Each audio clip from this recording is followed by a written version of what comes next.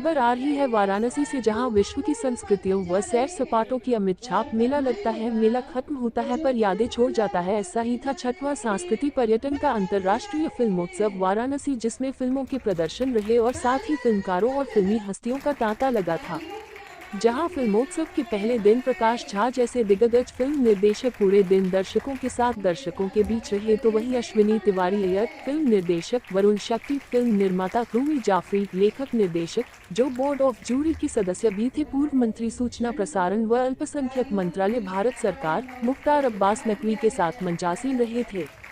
Jury chief और प्रसिद्ध अभिनेत्री देबाश्री रॉय, अभिनेता सुधीर पांडे, मनीष तिवारी, निर्माता निर्देशक मधुरिमा तुली, अभिनेत्री और मॉडल विनोद गनत्रा, निर्माता निर्देशक अशोक कुमार बर्मन IAS, ये सभी जूरी सदस्य पहले दिन भी रहे और समापन समारोह पुरस्कार वितरण की शोभा बढ़ाने के लिए उपस्थित रहे।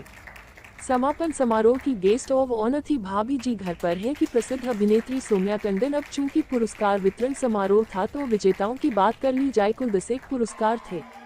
IFFC अंतर्राष्ट्रीय सर्वश्रेष्ठ फिल्म का पुरस्कार भारतीय फिल्म अमृत मंथन को। अमृत मंथन डॉक्यूमेंट्री फिल्म प्रयागराज कुंभ पर्व पर आधारित है। इस फिल्म में कुंभ पर्व की खासियत के तौर पर प्रयागराज कुंभ की धार्मिक मान्यताओं, सांस्कृतिक और ऐतिहासिक महत्व का वर्णन किया गया है। IFFC सर्वश्रेष्ठ राष्ट्रीय पुरस्कार के लिए film India's grand festival Durga Puja को चुना है। दुर्गा पूजा मां दुर्गा और नवरात्रि के महत्व और महत्ता को पुनः स्थापित करने का प्रतीक है। IFFC पर्यटन पर सर्वश्रेष्ठ फिल्म ईरान की film Dubai the middle east beating hot रही। ये 2023 में दुबई के कला व्यवसाय और यात्रा क्षमता के बारे में एक वृत्तचित्र है, क्योंकि दुबई मध्य पूर्व का धड़कता दिल जो है। IFFC संस्कृति पर सर्वश्रेष्ठ फिल्म का पुरस्कार पाया भारत की film Mukho Shilpo the mask making tradition of Majuli ने। ये डॉक्यूमेंट्री का उद्देश्य 16वीं सदी के सुधारक और दार्शनिक महापुरुष श्रीमंत शंकर देव द्वारा आविष्कृत प्राचीन शिल्प कौशल को सामने लाती।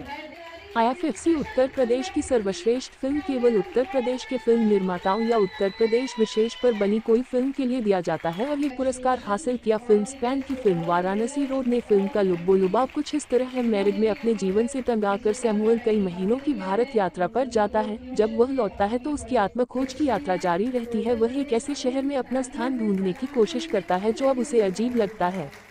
IFFC एनिमेशन की सर्वश्रेष्ठ फिल्म का पुरस्कार 2 फिल्मों में बंटा, जिसमें पहली है भारत की कुमारतुली। फिल्म का सारांश कुछ इस प्रकार। अपने कुशल कुम्हार दादा तापस चंद्र पाल के दुर्गा पूजा के वार्षिक ऑर्डर पूरा करने से पहले ही निधन हो जाने के बाद रूपक ने अनुभव की कमी के बावजूद बकाया ऑर्डर को पूरा करने के लिए इस व्यापार को अपना लिया। समय खत्म होने के साथ रूपक को अपने दादा की विरासत का सम्मान करने और अपने परिवार के मिट्टी के बर्तनों के व्यवसाय को जीवित रखने की एक कठिन चुनौती का सामना करना पड़ता है। और दूसरी best film in animation category में अंगोला की film the adventures of princess mirabilis रही। इस फिल्म का उद्देश्य अंगोला में मौजूद इतिहास, संस्कृति, पर्यटक स्थलों, आदतों और रीति रिवाजों और नस्लीय और जातीय बहुलता को दिखाना है। IFFC जूरी पुरस्कार के लिए जूरी ने भारत की डिसनिंग इंडिया यक्षगान को चुना है। यक्षगान एक जीवंत और अद्वितीय पारंपरिक कला है जो भारत के कर्नाटक के तटीय जिलों और केरल के कासरगोड जिले में किया जाता है। ये नृत्य, संवाद और संगीत का मिश्रण है। ये कला आमतौर पर भारत के महान महाकाव्यों महाभारत और रामायण की कहानियों को दर्शाती है। ये क्षेत्र में शिक्षा, मनोरंजन और सामुदायिक सहभागिता के स्थल के रूप में कार्य करता है। नई 2 कैटेगरी, जिसमें पहली थी यूपी फिल्म चैलेंज, जो केवल उत्तर प्रदेश के उभरते फिल्मकारों के लिए 10 दिन की अवधि में उत्तर प्रदेश के पर्यटन पर फिल्म बनाना था, जिसे जीता है फिल्म कानपुर के फिल्मकार ने और फिल्म का टाइटल है नीबिया खेड़ा। स्टूडेंट जो जूरी में थे उनमें सर्वश्रेष्ठ जूरी होने का गौरव 3 स्टूडेंट्स और उनके कॉलेज मिला है, जिसमें है miss Komal Roy, HIMS college of nursing and paramedical, mister Bhanu Pratap, Mahatma Gandhi Kashi Vidyapith एवं ईश्वर प्रताप सिंह, उदय प्रताप ऑटोनॉमस कॉलेज। इन सभी कॉलेजेस जहां के ये स्टूडेंट्स हैं, उन कॉलेजेस को भारत ट्रॉफी से नवाजा गया है। इतना तो सभी जानते हैं कि कुछ फिल्म मेकर चूंकि बहुत दूर देशों के थे और इतने शॉर्ट नोटिस पर उनके लिए आना संभव न था, तो सांकेतिक रूप में उनके पुरस्कार फेस्टिवल टीम ने ही लिए। इन पुरस्कारों को बाद में उनके देशों की एम्बेसियों को सौंपी जाएगी ताकि पुरस्कार ट्रॉफी उन विजेताओं तक पहुंचे, और जो भारतीय विजेता जो पुरस्कार वितरण में उपस्थित नहीं रहे उनकी ट्रॉफीज को कर दी जाएंगी। आप देख रहे हैं वाराणसी से संतोष कुमार सिंह की रिपोर्ट। बहुत सफल है, अंतर्राष्ट्रीय लोग इतने सफल है कि मेरे ख्याल से सब लघु फिल्म समारोह नहीं सकते। और ये इलेक्शन का इन्होंने हमें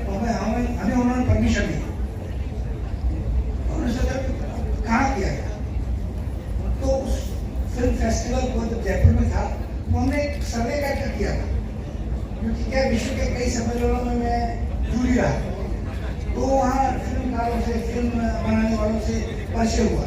ऐसे बहुत लाखों लोग हमारे मेरे डाटा बैंक में है मेरी कंपनी में। हम लोगों को लिखा, उन्होंने बताया, तो अब मैंने उन्हीं लोगों को फिर से लिखा कि हम कोई समारोह जो जयपुर में करते थे हम कहाँ करें।